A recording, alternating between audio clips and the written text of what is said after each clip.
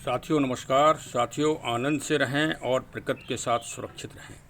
साथियों आज हमारी बगिया में ये सुंदर फूल खिला है, तो मैंने सोचा कि आप सभी का मैं आज आभार और धन्यवाद भी इस फूल के माध्यम से प्रेषित कर दूं आप सभी को। सर्वप्रथम तो हमारे चैनल ज्ञान एंड नॉलेज में आप सबका बहुत बहुत स्वागत है। और अब ये प्रश्न ज़रूर आपके मन में उठ रहा होगा कि आज आभार किस बात का और धन्यवाद किस बात का। तो चलिए मैं वो भी स्पष्ट किए देता हूँ, क्योंकि किसी ने ये अपील की हो या न की हो, लेकिन मैंने इस बीच में अपने जो भी ब्लॉग बनाए या वीडियो बनाए उनमें सब में मैंने अपील की सभी मतदाताओं से, विशेषकर 5 राज्यों में भारत में जहाँ चुनाव हो रहा था और विशेषकर उत्तर प्रदेश में, कि सभी लोग मतदान 100% अपना अवश्य ही करें। और सारे मतदाताओं ने बड़ी दूर दूर से आकर, कई मतदाता तो विदेशों से भी आए मतदान करने, और उन्होंने लोकतंत्र में विश्वास करके मतदान किया। तो एक तो मेरे चैनल से जो अपील की गई थी वो पूर्ण हुई, तो सर्वप्रथम तो उसी का साधुवाद और धन्यवाद। और अब आगे, क्योंकि मेरा चैनल पूर्ण रूप से प्रकृति, पर्यावरण और जलवायु तथा ज्ञान आदि चीज़ों में समर्पित है और उसी के विकास और प्रगति के लिए हमेशा प्रयत्नशील रहता है, तो हमारा तो मैं कोई राजनीतिक व्यक्ति तो हूँ नहीं।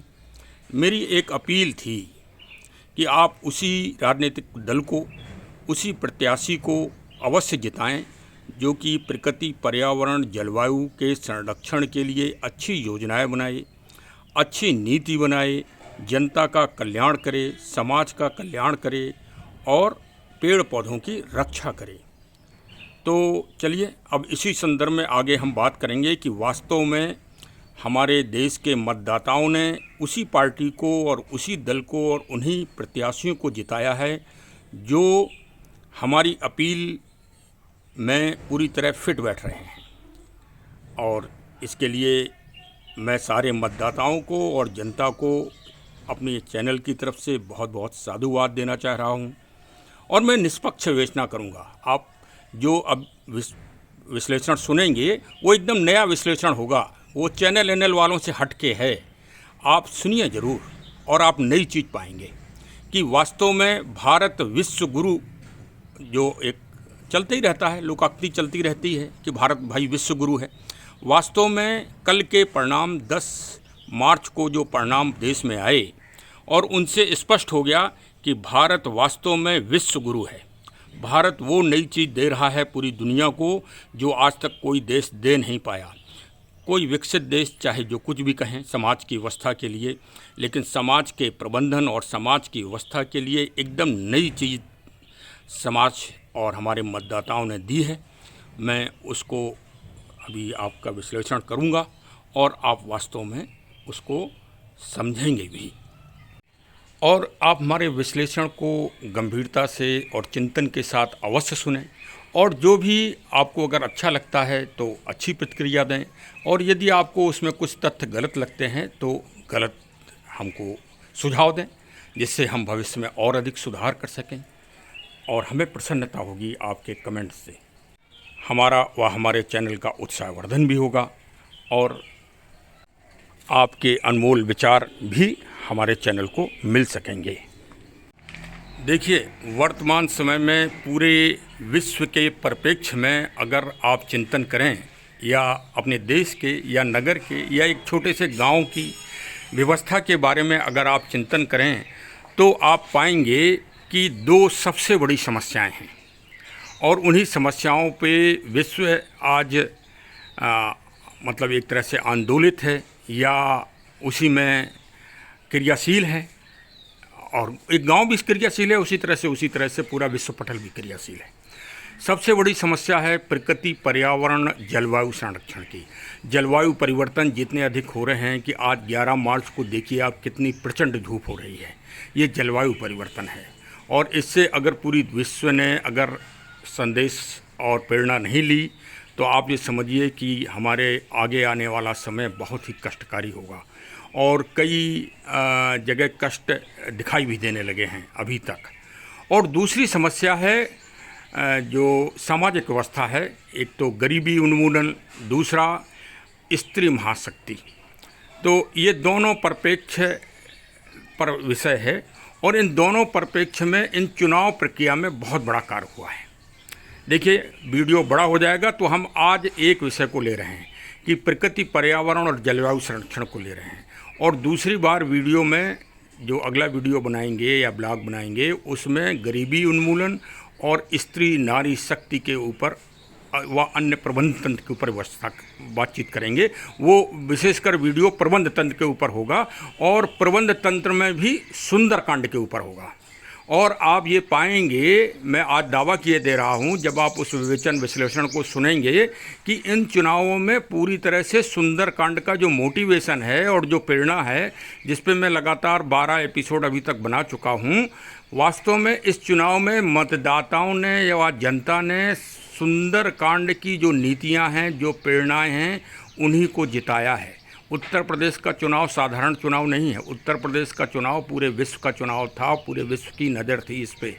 एक तरफ यूक्रेन रूस युद्ध हो रहा था और दूसरी तरफ उत्तर प्रदेश का चुनाव। दोनों को आप बराबर समझिए आज के महत्व की दृष्टि से, क्योंकि दूसरे प्रबंध तंत्र की जो हम बात कर रहे हैं, प्रबंध तंत्र की और मोटिवेशन की और सुंदरकांड की, यदि इन सुंदरकांड पे पूरा विश्व अगर चलेगा, सुंदरकांड की नीतियों पे, तो दुनिया में कहीं विश्व युद्ध होगा ही नहीं, कहीं अशांति होगी नहीं, कहीं आतंकवाद होगा ही नहीं, क्योंकि इतना अच्छा प्रबंधन हो जाएगा पूरे वर्ल्ड में कि कोई आवश्यकता ही नहीं पड़ेगी। और उसको हम सिद्ध भी कर देंगे प्रमाणिक रूप से। पहले आज प्रकृति को प्रमाणिक रूप से सिद्ध करें कि वास्तव में प्रकृति वाली पार्टी जीती, प्रकृति, पर्यावरण और जलवायु को रक्षा करने वाली पार्टी जीती, और क्या वास्तव में विश्वगुरु भारत ही जीता है। आपको भी उत्सुकता बढ़ रही होगी कि ये वीडियो वाले सज्जन, मतलब यानी मैं, क्या कह रहा हूँ और कैसे भारत को विश्व गुरु बता रहा हूँ। क्या कोई कपोल कल्पित बात कर रहा हूँ? नहीं, मैं तार्किक और प्रमाणिक बात ही आपके सामने रखूँगा और मेरे वीडियो में आपको वही बात मिलेगी, बिल्कुल तार्किक और बिल्कुल प्रमाणिक। कोई मैं इधर उधर की बात कर ही नहीं पाता हूँ। अब मैं प्रमाणिक रूप से अपनी वार्ता पे आ रहा हूँ, मूल विषय पे आ रहा हूँ। अच्छा, आज की तारीख में आप सभी सज्जनों हमें ये बताओ कि दुनिया का एक दिन में सबसे ज़्यादा पेड़ पौधे लगाने का वर्ल्ड रिकॉर्ड किस देश के पास है, किस प्रांत के पास है, किस राज्य के पास है और किस नेता के पास है? अगर आप ये बता दें तो हमारी बात को आप आसानी से समझ जाएंगे। और अगर, चलिए दिमाग लगाइए, और अगर आपके दिमाग में आ गया हो तो बहुत अच्छी बात, भाई धन्यवाद आपको। अगर नहीं आया हो तो मैं प्रामाणिकता के साथ अब आपको बता रहा हूँ। अब मैं प्रामाणिकता के साथ आपको बता रहा हूँ कि दुनिया में एक बुक है जिसे Guinness book of the world record कहते हैं, और उसमें जिसका नाम अंकित हो जाता है तो ये समझ लीजिए कि पूरी दुनिया में वो सर्वश्रेष्ठ है। तो उस सर्वश्रेष्ठ की श्रेणी में हमारे उत्तर प्रदेश राज्य के माननीय मुख्यमंत्री श्री आदित्यनाथ योगी साहब का नाम सर्वोत्कृष्ट और सर्वोत्तम रूप से अंकित है, और इसके लिए वो बहुत ही गौरवमयी और बहुत बहुत धन्यवाद के पात्र हैं। और वास्तव में उनकी विजय का ये जो सबसे बड़ा रहस्य है वो यही है। उनके कार्यों से प्रेरणा लीजिए। दूसरे विपक्षी जो नेताजी लोग हैं कि वो ऐसे नेता हैं कि जिस लक्ष्य को अपना निर्धारित करते हैं उस लक्ष्य के पीछे वो अर्जुन की तरह एकाग्रचित होकर लग जाते हैं। और यही कारण है कि उत्तर प्रदेश सरकार ने और उत्तर प्रदेश राज्य के अधिकारियों व संबंधित संस्थाओं और विभागों ने, विशेषकर फॉरेस्ट विभाग ने, एक दिन में पूरे उत्तर प्रदेश में 25,51,04,004 पौधे लगवाए एक दिन में। ये Guinness world of the world record है। इसका मैं प्रमाण पत्र भी आपको वीडियो के साथ दिखा रहा हूँ। हमारे गौरवमयी माननीय मुख्यमंत्री, जिनको प्यार से लोग बाबा जी कहते हैं, उन्होंने अब 2017 से लेके और 2021 के अपने समयकाल में इस भारत की पुण्य भूमि में 100 करोड़वां, अब हमारी बात को सुनिए ज़रा ध्यान से, 100 करोड़वां पौधा जनपद सुल्तानपुर की पावन भूमि में लगाया, जहां मैं सौभाग्य से कार्यरत रहा हूं, क्योंकि मैं तो पुलिस वाला हूं और उस जनपद से ही मैंने अपना रिटायरमेंट लिया है। तो मेरे लिए भी ये गौरवमयी बात है कि उस पावन भूमि में 100 करोड़वां पौधा लगा। पूरी दुनिया के लिए ये एक रिकॉर्ड है। अब तो भाई स्पष्ट ही है कि वो इस समय भारतीय जनता पार्टी के मतलब एक तरह से नियंता हैं उत्तर प्रदेश में, और हमारे मुख्यमंत्री भी हैं। तो ये तो व्यक्ति भी हो गए, प्रत्याशी मतलब, और दूसरे राजनीतिक दल भी हो गया। तो हमारे मतदाताओं ने अपना सबसे अधिक बहुमूल्य मतदान प्रकृति पर्यावरण की रक्षा के लिए किया। अब मैं अभी यही नहीं रुक रहा हूँ, आपके आंकड़ों के द्वारा और आपको सिद्ध करने जा रहा हूँ कि जिनको दुनिया में कोई नहीं पूछ रहा था, एक दिन बाद तो आपको 50 साल और 100 साल पुराने पेड़ देखने के लिए आप तरस जाओगे पूरी दुनिया में। इतना बड़ा ये एक तरह से षड्यंत्र चल रहा है बड़े पेड़ों को काटने का। अभी आप लोग समझ नहीं पा रहे हैं, मैं आपको बता रहा हूँ, इसमें भी बहुत बड़ा षड्यंत्र है। और बड़े बड़े माफिया और जो है ठेकेदार लोग लगते हैं पेड़ को इंगित कराने में, क्योंकि उनको सस्ते में लकड़ी मिल जाती है। वो संबंधित विभागों से अपना लाइजनिंग कर लेते हैं, और जो पेड़ 10,000 रुपये का है वो 1,000 रुपये में ले लेते हैं। ये कुटिलता चल रही है, षड्यंत्र चल रहा है। तो कहाँ से आपको दिखाई देंगे? लेकिन हमारे माननीय मुख्यमंत्री जी ने इस चिंतन को, इस महानता को, और हमारे लिए जो बड़े पौधे होते हैं, बड़े वृक्ष होते हैं, वही आकर्षण और प्रेरणा के स्रोत होते हैं। लोग गांव के बाहर पहुंचते हैं तो देखते हैं कि हाँ, पुराना दरख्त बरगद का, पीपल का वृक्ष लगा है।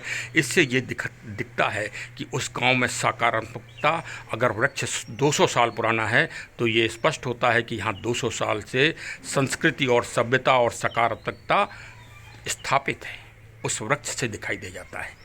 वृक्ष प्रमाणित होता है और अन्य चीज़ प्रमाणित नहीं होती। वो तो जब आप गांव में दिखाई जाओगे और खंडहर आपको कोई मकान दिखाई देगा तब आपको लगेगा, लेकिन गांव के बाहर अगर हरा भरा दरख्त वृक्ष दिखाई दे गया तो आपको स्पष्ट हो जाएगा कि यहाँ मानवता और सकारात्मकता, पॉजिटिविटी मौजूद है इस गाँव में।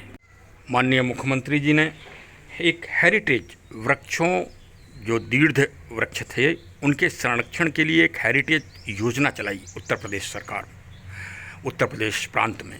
इससे अन्य प्रांत वाले और पूरे विश्व के लोग शिक्षा लीजिए, बाबा जी को आदर्श बनाइए। हम तो कह रहे हैं कि बाबा जी को यूएनओ आज सिद्ध कर दे इस बात के लिए और अपना ब्रांड एम्बेसडर बना दे पर्यावरण और प्रकृति और पेड़ पौधों की रक्षा के लिए। ये मैं संयुक्त राष्ट्र संघ से भी निवेदन कर रहा हूँ कि वो बाबा जी को पूरे वर्ल्ड में स्थापित करें प्रकृति पर्यावरण के संरक्षण के लिए, क्योंकि अभी तक कितने सम्मेलन हो चुके हैं वर्ल्ड स्तर पर जलवायु परिवर्तन के संबंध में। अभी पेरिस में हुआ, क्वेटा में हुआ, निरंतर होते ही रहते हैं। अरबों करोड़ों रुपए खर्च होते हैं। एक प्रधानमंत्री जी जाते हैं एक देश से दूसरे देश, तो आप क्या समझ रहे हो कि फ्री में जाते हैं? अरे करोड़ों रुपए जनता का पैसा खर्च होता है। ज़रा इस बात को सोचिए, संयुक्त राष्ट्र संघ को आपको सोचना चाहिए। तो माननीय मुख्यमंत्री जी के पास कितने रिकॉर्ड हैं, हम आपको अभी रिकॉर्ड ही गिनाते जा रहे हैं। अब आप रिकॉर्ड ही सुनिए। और अपनी हेरिटेज योजना को उन्होंने स्वयं व्यक्तिगत रूप से उसका नज़र रखी उस पर, और उस पर उन्होंने मतलब अपना जांच करवाई पूरे प्रांत में, और 947 वृक्ष, दीर्घ वृक्ष अभी तक सरकार ने चिन्हित कर दिए हैं, जिनकी सुरक्षा व्यवस्था चालू हो गई है।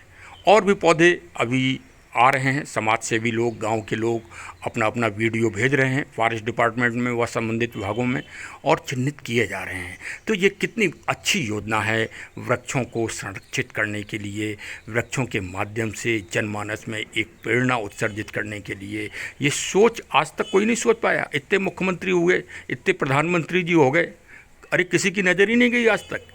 यही हम कह रहे हैं कि बाबा जी में क्वालिटी है। अब देखिए, भारत विश्व गुरु क्यों हो रहा है, अभी हम बताते चल रहे हैं आपको, आप बहुत आराम से सुनिए। और आप देखिए, मैं पाश्चात्य देशों पे कटाक्ष भी कर रहा हूँ। देखिए, जिस समय उत्तर प्रदेश राज्य में वन और अरण्य की भूमि माफिया लोगों से खाली कराई जा रही थी, हजारों एकड़ भूमि जंगल की जो माफिया लोग घेरे हुए थे वो खाली कराई गई इसी कार्य में। जो कहते हैं ना कि बुलडोजर चल रहा है, वो वास्तव में बुलडोज़र कहाँ कहाँ चला ये अभी मालूम नहीं। वो तो जिनकी बिल्डिंग गिर गई वो तो आपको दिखाई दे रहे हैं, लेकिन जो माफिया लोग जंगल के किनारे किनारे ज़मीन छोटी सी खरीद लेते हैं और फिर जंगल को रात में कटाते हैं, और फिर कटाने के बाद फिर बढ़ते जाते हैं। और बेचारे जंगल वाले तो उनको मतलब पहले से ही दबे थे। इस सब गवर्नमेंट में थोड़ा सा हावी हुए हैं, उन्हें थोड़ा पावर मिली है, उन्हें आधुनिक हथियार भी प्राप्त हो रहे हैं, गाड़ियां भी प्राप्त हो रही हैं, जिसके द्वारा वो जंगल की रक्षा करें। पहले तो जंगल वालों बड़े निरीह विभाग था ये।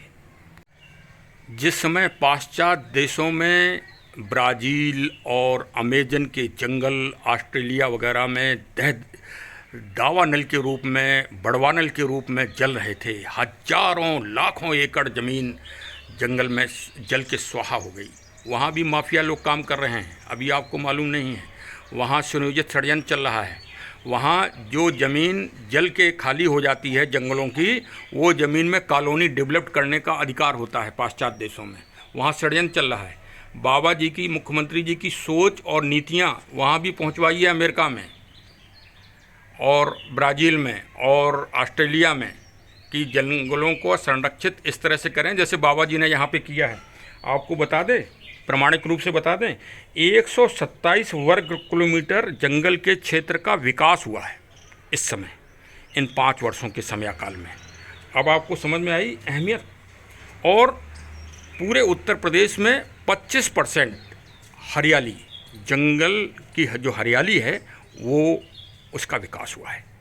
अरे जंगल साधारण नहीं है, जंगल ही हमारे लिए प्राणवायु देते हैं, वो हमारे जीवन हैं।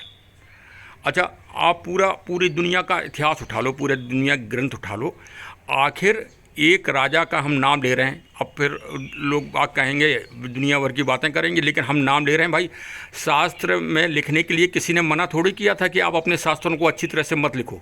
अरे आपको भी छूट थी, आप भी लिखते। अब रोम में कोई साहित्य लिखा जा रहा है तो भारत वाले क्या करेंगे? अब अरब में कोई साहित्य अगर लिखा गया है तो भारत वाले क्या कर सकते हैं? अरे आप भी अच्छा लिखते। लेकिन हमारे साहित्य में ये है कि जंगल की रक्षा के लिए ही भगवान राम वनगमन के लिए गए थे।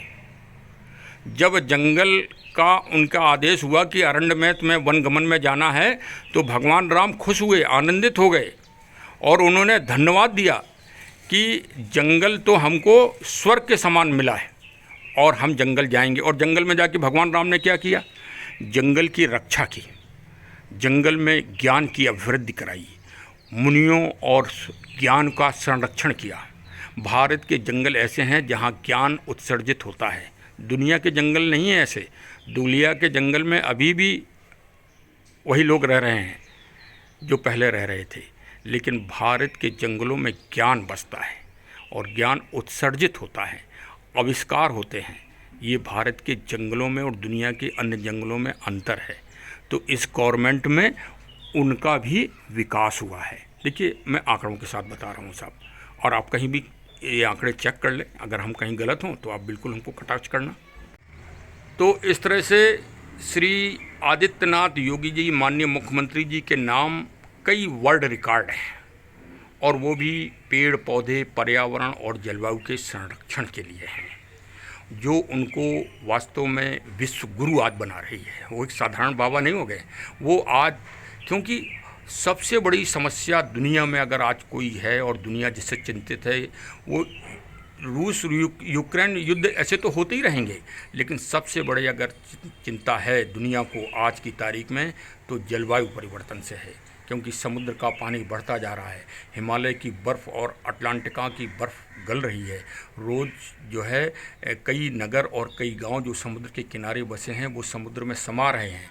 ये चैनल वाले बताते नहीं, इनको फुर्सत नहीं, इनको टीआरपी बढ़ाना है और टीआरपी मिलती है।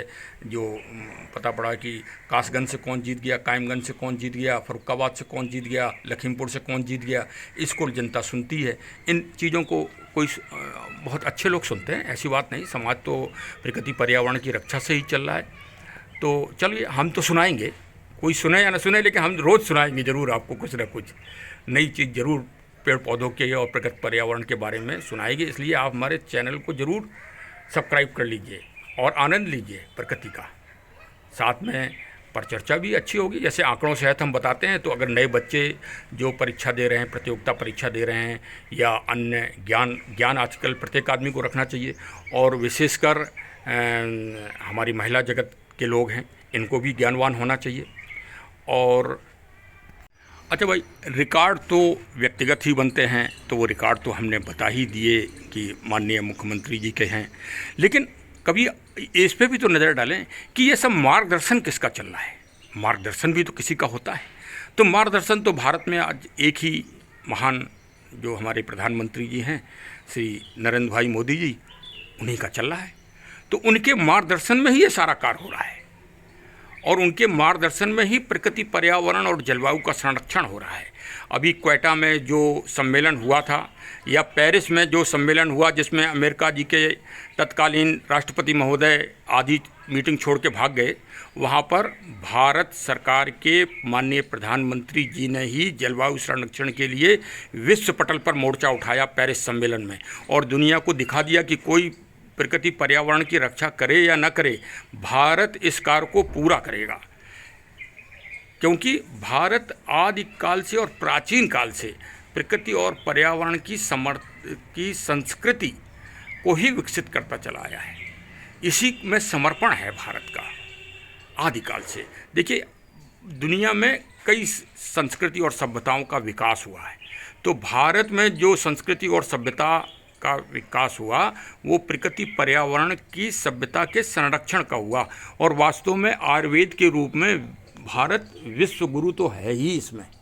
अब वो कोई नकल कर लें आज के लोग, जैसे हम नीम को अमेरिका ने अभी पेटेंट करा दिया कोरोना ऐसी महामारी में, मतलब पेटेंट क्या, मतलब वैक्सीन के लिए ढूंढ लिया है उन्होंने कि नीम हमारे लिए। और तो भाई, नीम के लिए तो हमारे पुराने ऋषि मुनि सब लोग कह ही गए हैं कि नीम तो सर्व आयुर्वेद की जनक है। अब हम लोग आजकल आधुनिक युग में भूल रहे हैं, तो हम क्या कर सकते हैं इसके लिए। अच्छा, श्रेष्ठता व अतुलनीयता तो तब सिद्ध होती है कि वास्तव में ये कार्य अद्वितीय हुआ है, क्योंकि माननीय मुख्यमंत्री जी ने उत्तर प्रदेश राज्य में जो पेड़ पौधों का रिकॉर्ड, वर्ल्ड रिकॉर्ड 2019 और 2020 में जो बनाया था, 22.59 करोड़ का जो पिछला रिकॉर्ड था, उस रिकॉर्ड को 2020 और 2021 के सत्र में तोड़ा है। तो एक ये भी कीर्तिमान उन्हीं के नाम लिखा हुआ है, और बीजेपी सरकार, भारतीय जनता पार्टी सरकार के नाम लिखा हुआ है, यदि आप राजनीतिक दलों में देखा जाए तो। और भाई, जनता ने वास्तव में महान जीत दिलाई है भाजपा को। अब भाजपा की और अधिक जिम्मेदारी है, और माननीय प्रधानमंत्री जी की और माननीय मुख्यमंत्री जी की, और हमारे उत्तर प्रदेश के जो राज्यपाल महोदया हैं, वो भी, उन्हें भी प्रकृति और पर्यावरण से असीम प्यार है। उसी दिन, जिस दिन सुल्तानपुर में माननीय मुख्यमंत्री जी ने वृक्ष लगाया था 100 करोड़वां, उसी दिन माननीय राज्यपाल महोदया जी ने भी झांसी में सिमरधा में पौधारोपित किया था। ये देखिए, मतलब एक तरह से विश्व को प्रेरणा है, समाज को प्रेरणा है, देश को प्रेरणा है, झांसी नगर को प्रेरणा है, सुल्तानपुर जनपद को प्रेरणा है। अब झांसी से स्नेह हमारा इसलिए है कि मैं उस मंडल का रहने वाला हूँ, उरई का। ये भी हमारे लिए गौरवमयी बात है। तो भाई, सुल्तानपुर में मैं पोस्ट रहा और झांसी के पास का मैं निवासी हूँ, तो हमारे लिए तो भाई प्रकृति संरक्षण का एक अमूल तोहफा ये भारतीय जनता पार्टी सरकार के द्वारा दिया गया।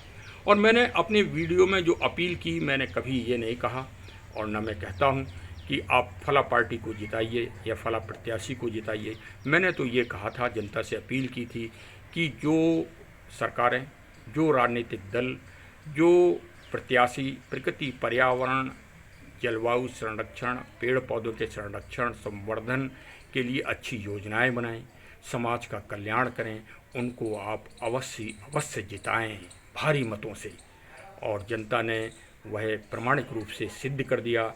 इसलिए मैं अपने चैनल के माध्यम से सभी देशवासियों को और अपने उत्तर प्रदेश वासियों को विशेष रूप से शुभकामनाएं दे रहा हूं कि वास्तव में इन सरकारों को, इन प्रत्याशियों को, इन राजनेताओं को आप बार बार जगाएंगे और बार बार प्रेरणा देंगे तो ये अवश्य अच्छा कार्य करेंगे। और यदि प्रकृति, पर्यावरण, जलवायु का संरक्षण होगा तो भारत विश्व गुरु बनेगा और भारत पूरे विश्व को प्रेरणा देगा और जो है हमारी पृथ्वी सुंदर बनेगी। चलिए आज की वीडियो का समापन हम इसीलिए करते हैं। अगला जो प्रबंध तंत्र और महिला शक्ति और चुनाव के परिणाम पर जो विश्लेषण मैं करूंगा वो अगले मंगलवार को करूंगा और उससे स्पष्ट हो जाएगा कि सुंदरकांड की जो नीतियां हैं, जो विश्लेषण है सुंदरकांड का, वो वास्तव में आज भी उतना ही प्रासंगिक है जितना श्री हनुमान जी और भगवान श्री राम जी के समय था। सभी वर्ग के लोग सुने इसको, सभी धर्मों के लोग सुने, क्योंकि प्रकृति, पर्यावरण सबके लिए है। वो समान रूप से सबको प्राण वायु देते हैं और समान रूप से हम सभी लोग जितने भी दुनिया के जीव हैं, मानव भी और जीव भी, वो सब ग्रहण करते हैं। इसलिए हमें उनका तो कृतार्थ होना ही पड़ेगा, हमें उनका ऋणी होना ही पड़ेगा और उनका विकास करना ही हम सबका मूल कर्तव्य होगा। चलिए साहब, बहुत बहुत धन्यवाद। हमारे चैनल को अवश्य सब्सक्राइब करिए और अगर अच्छा हमारा लगे, प्रेरणात्मक लगे तो आप अपने परिचितों को ज़रूर सेंड करिए, भेजें, जिससे प्रकृति का संरक्षण हो सके। और अगला वाला हमारा ब्लॉग एपिसोड अवश्य सुनें।